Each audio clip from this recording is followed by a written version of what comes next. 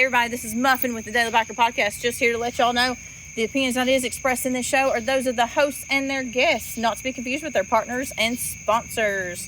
Now, let's get it on.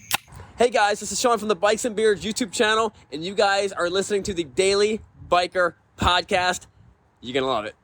Harley. Yeah. You now have a nationwide dealer network. Yeah. And So what was so funny too when I was talking to the Customer guy, service. I was like, do you have many people that come in here that are from Straight Talk? And he goes, yeah, we have them come in here.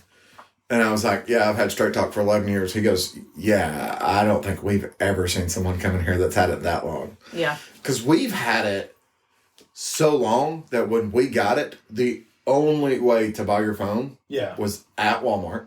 Yeah. Your only phone option was a flip phone. They only and had it one came, phone it came in option. that plastic container. Yeah. Yep.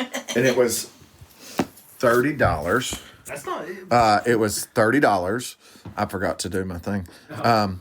And the only way to like refill your service or anything like that was to buy the card. Yeah, the prepaid card. So like that's how long we have been with them. So let's Obviously see. things have This. changed. Yeah. Yeah. So like, yeah. And they were trying everything to get us to stay. And I was like, no. I think it's time for an upgrade. And now the new phones make it worth it. So the thing was we were getting her a phone. Yeah. And She had gotten money issues. right. She had gotten money for Christmas. We were actually just going to buy a renewed phone, a renewed 15 for her. Yeah. But we were talking about it, and I kept seeing those commercials, and I was like, let's just go talk to them and see where we would be at. Yeah. Like what this says for this, and then go from there. So I was going through the details about, what is actually bill, what is actually this, what is actually that, those types of things. So. Well, it sounds like you guys got a good deal. And I think we got a fair deal. I'm happy about it. You both get new phones out of it. Now your phone actually works with a microphone that you can't remember to bring.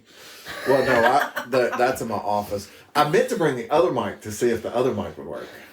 That we do need to try that. Yeah. We will need to try that because it might actually. My phone's older, so it may not connect with mine. But yours. Well, we went to Target, and I had like pod mic in my hand. Yeah. And I sat it down and bought a new gaming headset. That was my Christmas present. That was her Christmas. She wanted me to have fair enough. Because I used to have a really nice wireless headset. Yeah. One of those Turtle Beach. Turtle Beach Stealth 600 Gen 2. So, it's a $100 headset. And I had it for 2 or 3 years. But they eventually duct tape and everything. They go bad after what the like stuff that flexes starts to break. So that had broke. Yeah. And I had it taped together and it's holding up. But then it got to where like it would only hold a charge for like a couple hours. So while I'm sitting there playing for 3 or 4 hours, my headset was going dead. Yeah. Also, I was like, I wasn't getting quality hearing out of both ears. Like it was only one ear.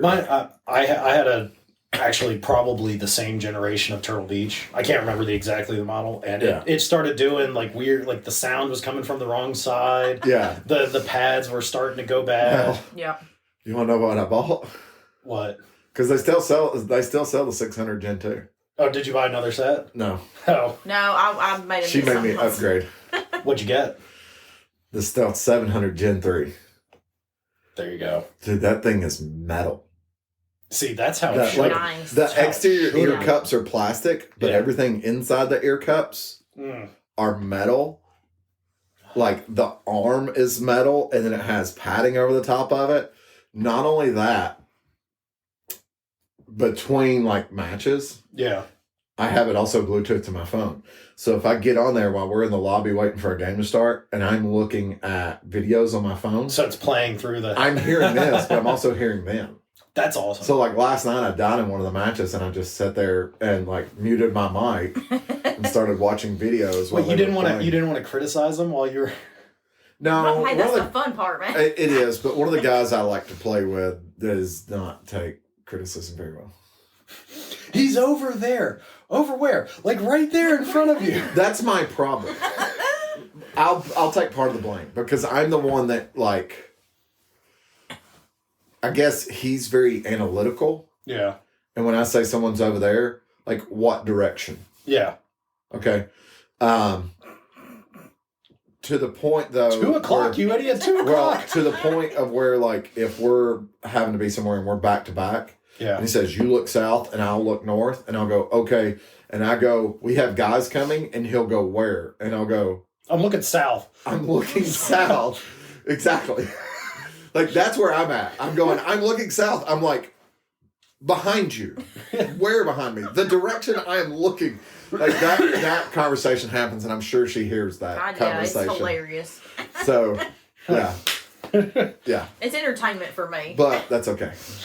They're actually playing right now. Oh, are they? Yeah. Is that what you were doing before you came over here? No. Me and Toby were laying on the couch watching your live show. Yes. So, but anyways. Hey, everybody, welcome back to the Daily Biker Podcast. That was a super long intro. That was probably one of the longer ones that we've had talking about everything related to motorcycles. My name is Marcus, and I'm your clueless later. Today, we're going to go on a learning journey. I do have Miss Muffin. Hey, y'all. And I have Daniel. Hey there. Hopefully, the sound quality is coming through on this just fine. It looks like it is because we're doing this without a microphone input, but we are doing it on a new phone. So hopefully it's good. It might balance it out a little bit better. Yeah. Might realize we don't actually need microphones, and we've just been you need a new phone for a long time. Well, no, I think we do need microphones. We definitely do. I would have felt a lot more professional last weekend if we had had microphones. Yes. I don't think he could. Speaking of last weekend, we haven't signed anything, but I guess we'd go ahead and make a statement that it's in the works. Yeah, I would say so. Daniel, what is in the works? We are doing a potential sponsorship of Dylan Wall. We're going to have logos on the helmet. Yeah, so we're going to officially be the helmet sponsor. Yes. Meaning we're not buying his helmet. We're doing a custom wrap. We can't afford that. Yeah. We can't afford helmets. No. But we will be the helmet sponsor for the upcoming season. Yeah, 2025 Super Hooligan Race season.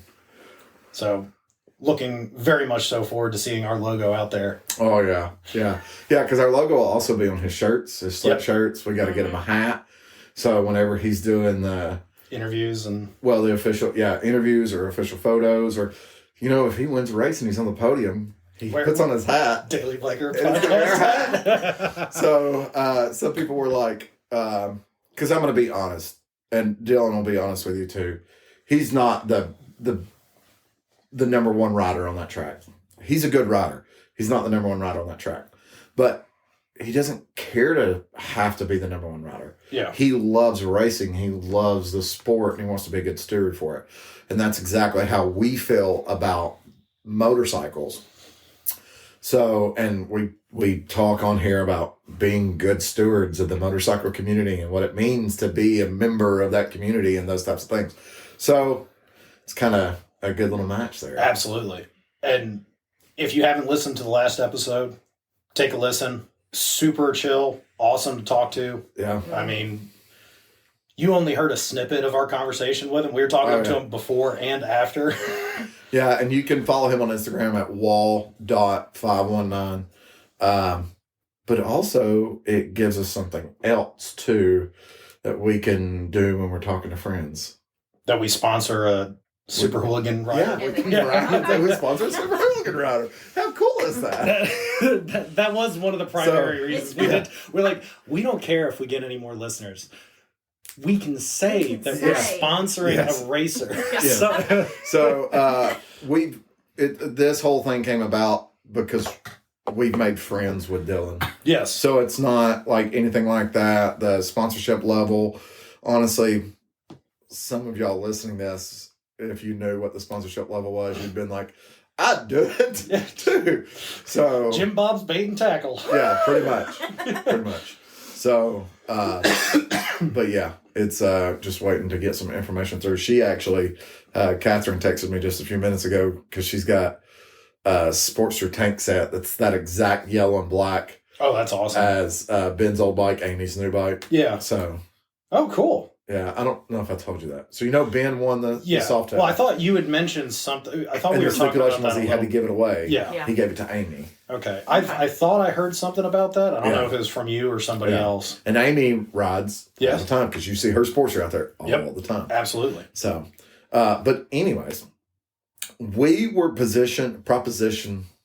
Were we propositioned? I mean, he probably would. Probably so. We were asked a question. Daniel, do you want to pull up the way the question was proposed so y'all can hear exactly how this question was written? We both got this message. I saw it Thursday. I got it Thursday at 10 o'clock in the morning. Okay. That's probably around the same time I got it, but I honestly did not look at it until we were sitting at Watson's. So do you want me to read through the whole message or just the question portion? You can read through the whole message. This is from Chris. Y'all follow him on Instagram. I think he's still under Garage Mayhem. Yeah. Yeah. So the question is, so I'm going to pose this question to Marcus as well, and I'd like you guys to give it some thought and answer it on the podcast. I recently heard of a guy that sold his entire motorcycle collection of roughly 8 bikes to purchase his dream car, a mint condition, low mileage E30 M3 BMW. Great car. My question is there a car that you're passionate enough about, not just some ridiculously expensive supercar, but truly passionate enough about for you to give up motorcycles? That's the question. I do. So, and this is a topic that, while we've never approached it with the mindset of like, hey, we're giving up the motorcycles to acquire another vehicle, we've talked about like, trading motorcycles in and out and, like, would you swap this or would you swap that? And I think we both go back and forth on a lot of things quite a bit just because it's so hard to choose. Like, would you want to get rid of something that you've spent a lot of time, effort, care, or love about for something else? So, on the quick answer for me would be no. Yeah. That was the immediate answer when I read the question. And that was my initial thought as well. But I've had a lot of time to think about this. Okay. If I could sell the Street Glide, Heather's going to kill me on this. Okay. But if I could sell the Street Glide and acquire a vehicle. Well, I guess, part of the question too, this other gentleman sold 8 motorcycles, which, I mean, an E30 M3, a mint condition, we're probably looking at. Daniel could sell his 10 motorcycles and buy that car. Yeah. And I'm not being like, oh, Daniel has a huge collection. Daniel has also stated before on this podcast, he could sell his 10 motorcycles and buy a new Harley and potentially be able to cover the tax. Yeah. It's a nice car, but it's also mint is probably a $30,000 to $40,000 car. Yeah, depending on exactly what year and how it was spec'd out. It could be anywhere from $20,000 to $70,000. It just and it's a super cool car. He made a mistake. He should have just bought an E30 325, but either way. I do like the M3. I do like the E30 M3. If it's an Alpine I would rather white, not have the M3 and the E30. I agree. The 325 is a better car. Yeah. However, but if that's what you want. If that's his dream. Yeah. Okay. For me, for a single vehicle, no. For a pair that go together, very specifically, yes. Okay. So what would you... Now I'm intrigued. Well, so I guess the other thought was like, are we working about in the confines of what you could sell the Harley for? No, I don't think we are. Okay, because I guess that was going to be I'm going based on the general question about, is there... Because that's the thing. He's saying not like a ridiculously priced supercar. Yeah. So I think that throws the number out. Like, throws the financial numbers out of the window. Yeah, so, I mean, we're talking... It's like if you had... someone has the car of your dreams. And you have enough motorcycles to trade and they're willing to even trade for all of your motorcycles. Yeah. Okay. Not just one. Yeah. All of your motorcycles. Trade you even. For me, yes. But it's too cars. Now, in my argument, these two vehicles go hand in hand. Okay. Like they are synonymous with each other. Yeah. So I don't know. I think it might have been mentioned in passing on this podcast before. That I know it's been mentioned on this podcast before that I am a little nerdy when it comes to certain things. Mm-hmm. I have a feeling I know where this is There going. is one thing that I am super, super nerdy about. I can quote every single line of all three movies and have a collector's trilogy box set of Back to the Future. And if someone was willing to trade me my bike straight up for an identical replica of Marty's truck and Doc's DeLorean, I would do it. That is not a super, and when I say this that is not a super ego thing, because I'm going to tell you now, I found the truck in the wrong color here locally for sale in mint condition, because we just talked about this. Wasn't it like 11 or something like that? It was 10. 10, yeah. So that's not a ridiculous amount. I know a guy locally that has a DeLorean. Yeah. Not fixed up. It's just a regular DeLorean. Yeah.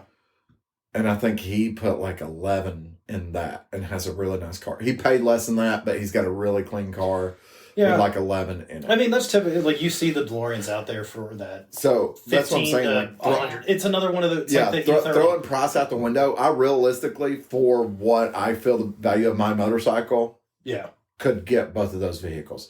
But I would have to have both of them in that trade. Yeah. I am not just taking Marty's truck. You're not taking a $10,000 Toyota. Or Marty's DeLorean, or Doc's DeLorean. Yeah. I would have to have both, because it would become such a prized possession that, you know, me and Heather would go to car shows together, one of us in each vehicle and stuff like that. Absolutely. Now, if the question was I did that and could never buy another motorcycle, no. Yeah. I am a motorcycle person. But if it was something where I was giving up my current motorcycle for vehicles and could then turn around and go buy another motorcycle, that would be it. Yeah. I'm too much of a motorcycle lover, but Daniel, you know how much my motorcycle means to me. Exactly. And that was kind of my initial thought, especially regarding you. There's most likely no one out there that wants to trade a DeLorean and a perfect replica Toyota for your Street Glide. Correct. Yeah. So, in the grand... That's why I'm saying it's not one. Yeah. It's a pair of vehicles. Yeah. But they go together. Yeah. And they have a very specific background and meaning in my life. Marcus said all of that to say no. He would not sell his bike for a vehicle. I would for that pair. Yes. Other than that, no. For that pair. Yeah. Other than that, I mean, there's one other pair that has no meaning to anybody in this world. Actually, no, I take that back. I'll take away a pair. There's one vehicle, one car. Okay. In mint condition. Mint, in my opinion, of when it was in last possession that I would trade for. Okay. It's my dad's 1968 Mustang GTCS. That's you know what? I've only ever seen pictures of that car. My dad, his entire life, talked about that car. My dad got rid of it because he couldn't haul 4 boys around in that car. He's told me I would have stories. just gotten rid of 2 of the kids. He told me stories about that at one point in time, the guy that owned it after he sold it was a guy that worked at the AutoZone in like Hickson. Oh, really? And he saw the car in the parking lot and was like looking at it. And the guy came out and he was like, I used to have a car just like this. And he's like, yeah, well, I bought it here locally. And they got looking at it. My dad's was like, something about the shift linkage was messed up. And Dad had to custom make a shift linkage. So they got under there and looked at it. And it was my dad's car. Don't you wish your dad had the opportunity to buy it back from him? If my dad was still around, I would trade my motorcycle for that and give that to my dad. Oh, yeah. Absolutely. I also know at some point in time it would have ended up becoming mine. But that's not the point. But that's that car meant that's so much to my dad. Yeah. And I saw my dad. My dad had some awesome cars growing up. Yeah. And I saw him sacrifice so much for our family. Yeah. that if I could have done that, I would have. I tried several years ago to get vehicle information on the car, trying to track it down. Oh, really? It's like, unless he had the VIN number or something wrote down, you cannot do that. Yeah. Like, I reached out to a friend of mine that was an insurance provider to see if he could dig up records, and he said that's illegal. I'm not saying people don't do that stuff, but it's illegal to just go do that stuff. You know, I'd almost wonder if your mom has something written down from like way back, like nothing. Like no. My parents didn't like they keep receipts and stuff, but like when the car sold, there was no reason. My parents aren't pack rats. As soon as the car sold, they didn't need any documentation that went with the car. Well, to be fair, I do that with all of my vehicles too. Yeah. Like, if I got rid of it, it goes with a folder of all my receipts and everything tied to it. Here. Like, I couldn't tell you, well, I say I couldn't tell you where my Toyota is. I know where my Toyota was a couple years ago, my first Toyota pickup. Yeah. Because we intentionally destroyed it for a charity car show. That was fun, actually. I know some people are like, what? Yeah. A very good friend of mine, one of my best friends, we've known each other for years, was doing a charity car show for Crohn's and Colitis. And I had an 87 two-wheel drive Toyota pickup with a blown engine that had been sitting in the back lot. Wasn't there an issue with the title on that one? So... I thought there was some weird... It had not... Well, the problem was to do the stuff... We had the title. The problem was to do any types of registration or anything like that. It had not been registered in like 20-something years. Oh, yeah. Okay. So... that may be what I was thinking of. And it was sitting in the back lot of a family friend's mechanic shop since 2002. Jeez. And when I say we destroyed this a couple years ago... I literally mean probably within the past 5 years we destroyed that truck. So that it had been sitting in his back lot that long. And when we went to get it, he just said take it. He didn't want any money or anything like that. Well, at that point, it's just been sitting there. But we took it and let people beat the crap out of it, $1 a hit.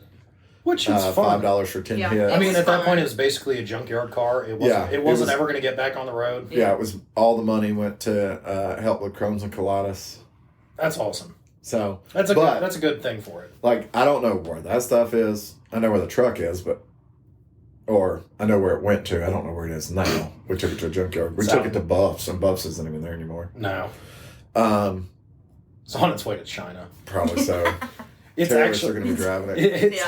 They've actually fixed it up. It's out there with a machine gun on the back. Well, the roof is completely caved in because there's my Facebook profile picture for a while was me jumping on the roof of the truck.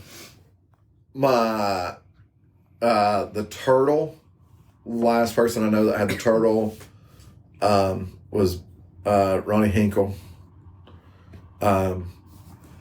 I don't know what he did with it. I think he sold it. The Ranger, I'm assuming, just went to a junkyard.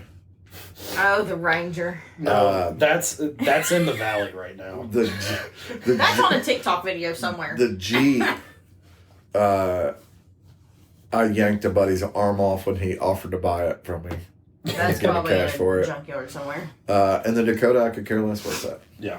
Yeah. No. I could not tell you where any of my old vehicles are except for my Camry, which went to a family member. Bentley I saw on TikTok the other day, they were putting it on a Hellcat chassis. Sweet. I don't know if you've seen that. No, I haven't. Oh yeah, they call it the Bentley Cat. Of course I do. Oh no, it's like a 1978 Bentley that they cut the whole underbody out. Yeah. Like how they do like the body swaps. Yeah. And they put it on a Hellcat chassis. On a Charger Hellcat. Oh my. That's awesome. That is awesome though. Yeah. They have the Bentley key tag with the red Dodge key. I need to see this. I know that car's at least, the last time I knew about it was in Atlanta, so we're somewhere near Atlanta. It could be then. It could still be in Atlanta. But mine was a 91, so that's a little. I don't know where it's definitely not that one. So, Daniel. See, I'm in a different situation. I have quite a few motorcycles, and like we discussed, have the total value of a new Street Glide. Right. if I were to sell them all combined. But I also have a lot of cars, too. Yeah. I could guess a vehicle, but I'm going to let you finish your statement. And see if you say what I'm thinking.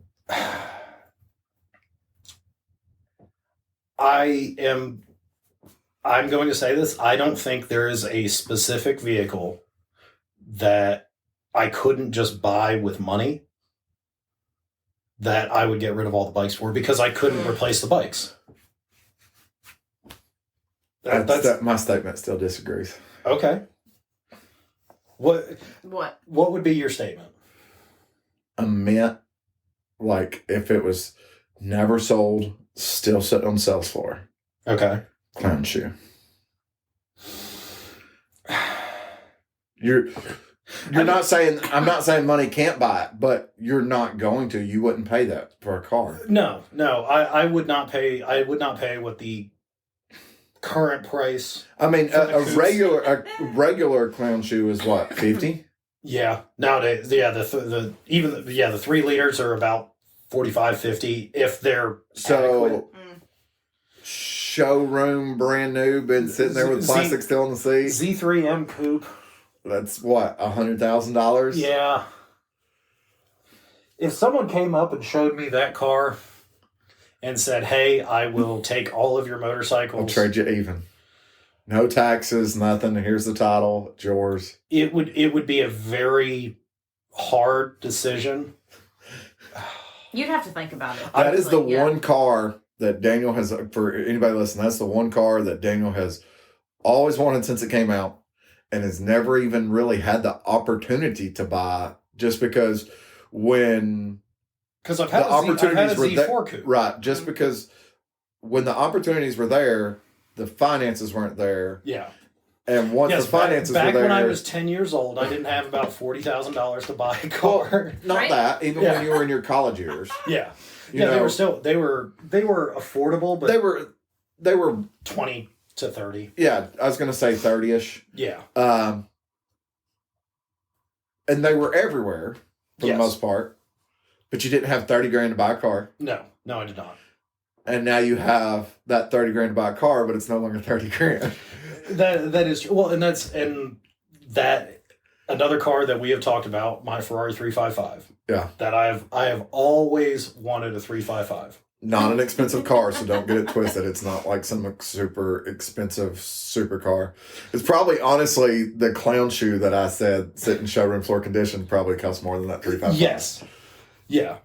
Well, unless you get into, the higher spec versions, but just a basic 355, you're probably looking at 70 to 80 for them if it's well maintained. So, and anybody that's going to say that there's not a clown shoe out there that's still showroom model, showroom condition, an M clown shoe. Remember, we're not talking about the base 3 liter. I would say there is.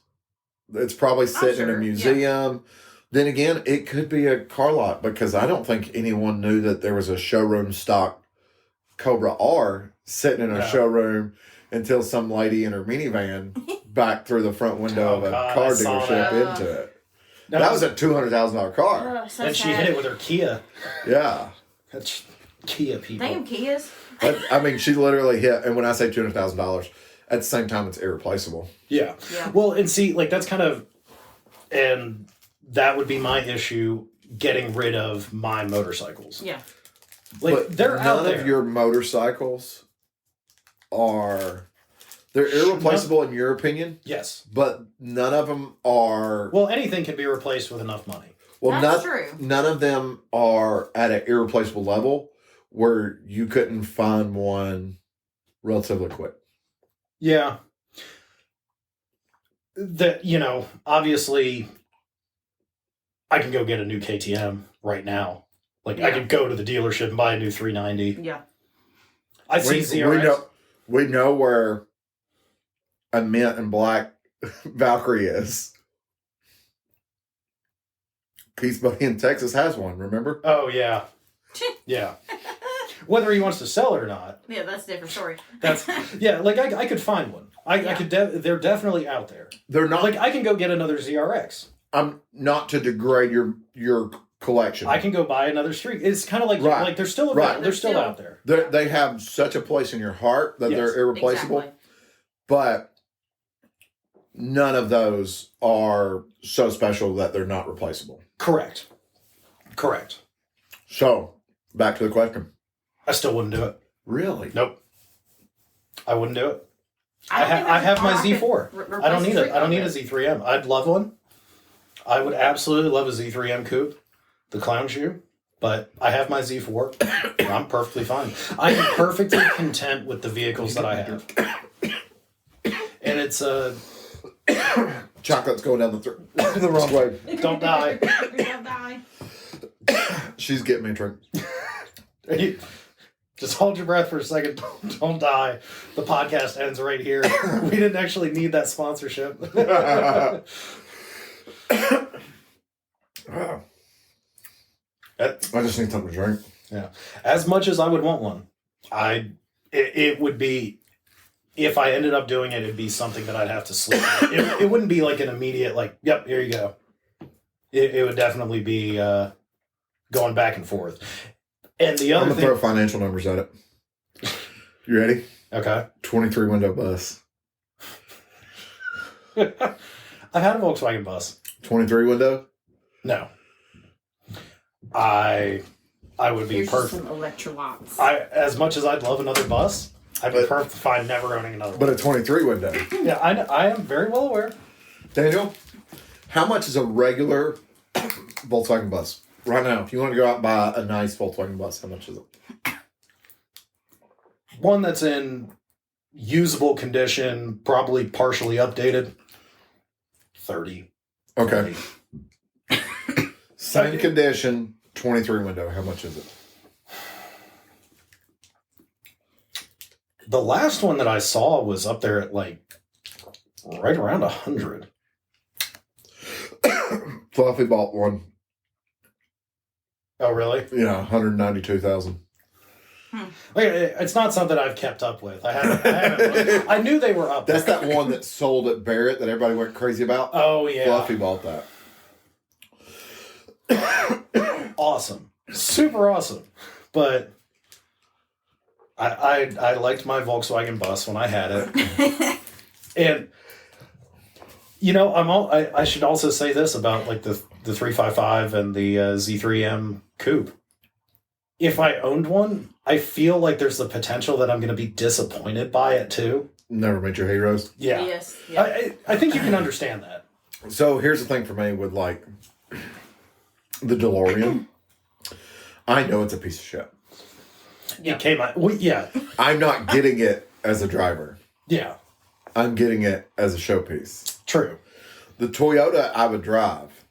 And we know what all the Toyota. Yeah, we know. I know that it's slow and everything else. Yeah. For me, it's not that. For me, with like that truck. Yeah. It's the guy stopping at the gas station going, "Oh my God, I love Back to the Future." Yeah. That's kind of like the Z3M coupe. I've driven a Z3M convertible. They're fun. Basically a BMW version of Miata with a better engine than the Miata had. But I don't know. I just So I don't think I could do it. That's a hard question. It is. It really It's hard. I like deep down. yeah. Like, see, both of you, like, you're talking about finding your dad's Mustang. Yeah. That's completely, yes. If my family actually cared about vehicles and there was one that, like, my dad had from his childhood that, like, man, I wish I could. 100%, that's not even a question. Your other one, you know, your childhood remembering the Back to the Future cars. Yeah. Completely understanding it. But if you got the bus, we would have the full collection. You could be the Libyans. That's hilarious.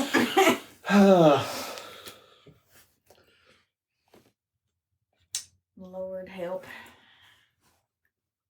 I like riding too much. I like do riding too too much. Well, and that's where I put that stipulation on it. Yeah. Like, am I giving up motorcycles, or can I immediately go buy another motorcycle? If you told me that I had to give up motorcycles for a dream car, no.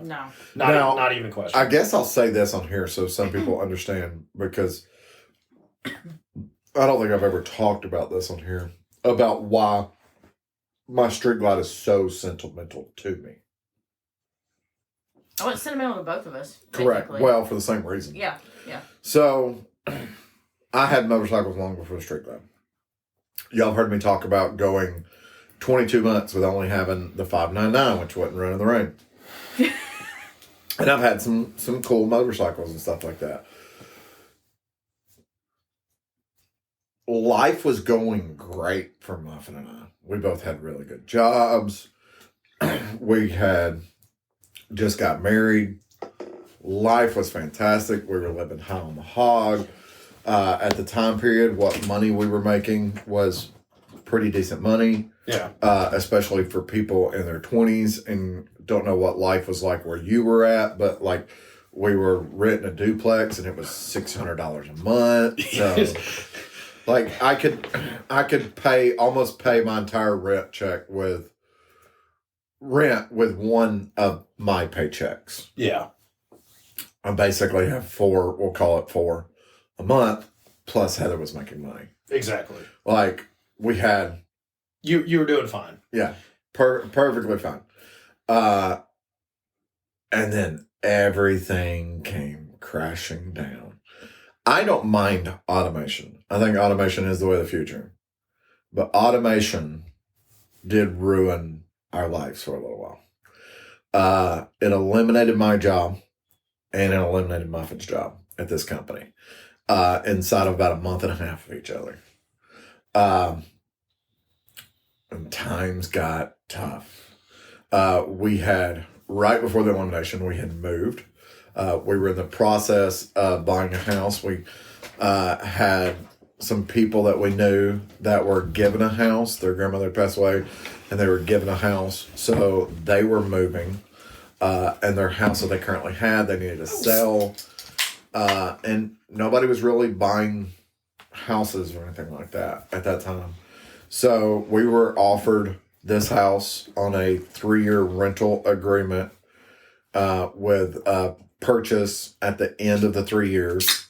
Everything was laid out where the 3 years of rental would actually come off the price of the house and be recognized by the bank as a down payment. Okay. So we didn't have to have physical cash down payment. This was a big deal. Yeah, absolutely. And the house sale price was $140. 3 years of rental at $800 a month. Take a look at this. I mean, literally after we signed the mortgage, our mortgage was going to be half of what our house payment was, or rent was, and all that other stuff. And it was a pretty nice house. It was out there in Moon Shadows off Birchwood Pike. Mm-hmm. You know, living life high on the hog. And like I said, everything came crashing down. We had to get out of that whole deal. We had to find ways to do stuff. We went probably a year and a half we went 4 months with no phone. That's how we ended up on Straight Talk. I had to cut out everything that was not essential. We left there because we were in a contract, so we had to go somewhere else. Started paying the same amount of rent on a 1-bedroom apartment that was a quarter of the size of the house that we were buying. I sold my truck because I had a payment on it. Mm. My motorcycle, I did not have a payment on. Yeah. At the time. So sold my truck, took all the money I had from selling the truck to pay off the truck and put the rest on her car to knock the total down. We didn't have cable. Yeah. I learned to live like a college student again. I mean, the most minimalist of we foods. were black bacheloring up. I mean, we did. We had like the rabbit ear, the digital rabbit ears that you can hook up to a TV. We didn't have anything. I mean, every bit of our furniture was hand-me-down. Washer and dryer was hand-me-down. groceries were so minimalistic. And that's why now you see I'll do certain things because I still remember those times. We dug and dug and dug. Muffin got a new job. I got a new job. And we dug and dug and dug, slowly getting ourselves out of this hole. My mom wanted me to have a vehicle because she was tired of me driving around just the motorcycle all the time. Of course she was. But because of having to do all this stuff and taking hits and all this other stuff, our credit had huge hit. Yeah.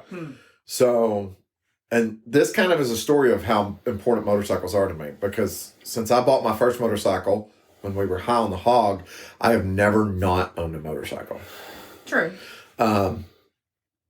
So we started doing it. Mom wanted me to get a vehicle, found the Wrangler. Yeah. And I didn't have enough credit. Mom wanted to help me build my credit, but I was making enough money at the time to be able to make the payment. So I co-signed. She was primary. I co-signed. I drove it for about 4 years. It was almost paid off. I was doing so much better. And I wanted another motorcycle. And I talked to my mom because this was right after I'd almost killed myself when I had the death wobble on the bike. Yeah. So, got rid of the bike for another motorcycle. Got rid of the bike and bought my deluxe. Yes. Mm-hmm. I was the primary signer, and my mom was my strong co-signer. Heather was slowly building her credit up. She had gotten, at the time, I guess that you had already gotten the Buckle credit card at that time. And it was on an auto pay. And dude, it literally, like, doing that, we would go, like, buy a pair of blue jeans. Yeah. And let it just kind of auto pay across a couple months, and then go buy like another pair of blue jeans, let it auto pay across a couple months, and just kept doing that to where it built up her credit. So I wanted a new Street Glide, and I went to the bank where I had my Jeep at, that I had perfect payment history. Yeah. And the Deluxe where I had perfect credit history. Although my credit score wasn't that high, you have a good I went to the credit union that I had an account which at. is different than going to a standard Correct. bank. Right. That in their eyes, my debt to income was where it needed to be, and my credit was where it needed to be. And that's a more like a, hey, honey, how are you doing today? Yeah. To where me and Muffin, when nobody that was a strong cosigner, no money down, no questions, got the Street Glide. Yep. It is a sign of what the shit that we went through and Absolutely. where we are now. Oh, yeah, for sure. So understand, if you're ever listening to this and you sometimes feel like there's no answer, there's an answer. You know, me and Muffin get in fights all the time about money because I'm like, next week. And it's because I know what'll happen if we don't wait till next week. Yeah. And life is not going to end if I do it right now. I'm just to the point now where once we've gotten back, well, you've gone through to being comfortable. You've gone through the negative, correct, and you don't ever want to get back there. We don't want to be back there again. I don't want you ever there, and my guest bedroom is not big enough for all of you to live in, Right. and there's no room in the garage. And Like, that's I can't why. have eight Well, that's eight why vehicles outside. we had conversations where we celebrate stuff like me paying off my personal loans, me paying off the Street Glide. Yeah. We're about to pay off her Jeep. Like those celebrations. It's those are big things. Yeah. Oh, paying the Street Glide off was huge. Yeah. Yeah. Oh yeah. Not just financially. Well, no, Marcus but called me that day. Yeah, it wasn't just a financial thing. It was like, hey. But, you know, on top of that, my buddy Aaron knows this whole story. Yeah. He was the one that gave me the job when I needed a job. True. And when it was down to that last little bit, he Venmoed me $500. He was like, I know what that bike means to you. Yeah, and that's important. I didn't need his $500, by the way. Because it wasn't. No, he just life was not that way at that point in time. He just wanted. He knew what it meant. He wanted to be. Marcus nice. is actually. You can Venmo him at. You can Venmo us at. Yeah. If anybody ever wants to Venmo me money, you find me on Venmo at the Daily Biker. He's gonna start a GoFundMe for a next stage in life motorcycle. Right? Help me pay my Jeep off. Your Jeep is closed. It's so, I might cry when I pay that thing off. Oh, yeah. No, I just made a payment. We're at $2,000. Yeah. That's a good feeling. We're getting there. Trust me, it's a good feeling to pay stuff off. Yeah. I've paid the BMW off, the bike, not the car. The car I bought with cash. Yeah. Yeah. But I still owe like basically 4 months on the Volkswagen. But see, that's why I don't want to get back into debt. I've got to. Well, actually, the Volkswagen was the first car I ever bought where I made payments on it. Everything else I had just. So those of y'all that have never met me don't know this. I actually, if you looked at me, you would never notice it in conversation. I need a lot of dental work done. That's going to cost a lot of money. Because Heather hits him a lot. I'm very violent. Abusive. I'm violent. I need a lot of dental work done. I have a hereditary tooth condition that runs, unfortunately, in my whole family. I've recently found out because I found out that Braylon, almost his whole mouth is crowns. Oh, really? Yeah, I didn't realize that he was affected that bad. No, I knew Adam was either. affected. Honestly, I would have never noticed. No. Well, my dad only had 4 real teeth. So, but it's just like the teeth just break. Yeah. It's just, you can't do nothing about it. You look at some of my broken teeth and you'd be like, oh man, that must hurt. And be like, nope. My teeth have filling, but I have a broken tooth right now and it doesn't bother me the littlest bit. Fine. Daniel's wife works for a dentist and she freaks out when I show her a broken tooth and she's like, oh my God. And I'm like, it doesn't. Yeah. She's come to the office. We can fix it. So, well, I did end up going to the dentist's office. So We did talk about that. But I am trying to put all that stuff in the rearview mirror. And with the dentist, they were like, well, we can go ahead and do this now. Sign up for this dental credit card and we can get it done. And I go, no. I told him I will let every tooth run out of my head before I ever get back into that situation. No. I know that sounds crazy if people that are listening to this are dental people, but yeah, we had that conversation. It's a strong thing for me about knowing where we were. We literally when we left and got our apartment, it was on a whim that we got that apartment. Yeah. I don't even remember. I think somebody drove by and was like, hey, they're doing leases here. You're talking about the Meridian? Yeah. Yeah. And we went by there and was like, hey, and they're like, we didn't have to make a deposit or nothing. And we were like, let's do this. Now, looking back, that definitely explains a lot. Yeah, it does. But at the time. Yeah. But now you guys are in a good better position. Significantly better position. Yeah. Oh, yeah. Yeah. So. I make jokes all the time now that if I didn't have the motorcycle addiction that I have, because the price of what I've spent on my motorcycle, I would probably have a really nice car and would probably have a really nice house. Yeah. Maybe not. Maybe not. You get at least one of those and an adequate other. Yeah. Yeah. Yeah. Well, I would be able to save money better to be able to make a down payment on a house. Yeah. True. Yeah, motorcycles aren't cheap. No. We do live in a townhouse. Just, I'm not that fancy. But it's cute. I like it. It's actually, Daniel will even tell you, It's fine. Daniel's not a townhouse person, and it's a very nice. It is very nice, and it works perfectly for what you guys. And you have a garage. And I have a garage. Exactly. So right now we're fine. That is not attached, but it's like a 30-foot walk across the parking lot. Yeah, not even across the whole parking lot across your section of the parking lot. Yeah, across one little parking space. Yeah. Yeah, I can see it from our front door. Yes, you can. Because we did that. Remember, we were out in the front. You hit the button and the garage door opened. Yeah. Yeah. So I have to be careful because we're close enough. If you hit it by accident, when I'm inside the house, I can open the garage door. You just need to change the battery, put a weak battery in there. Sticking it to your head, trying to get it open, standing in front of it. But yeah.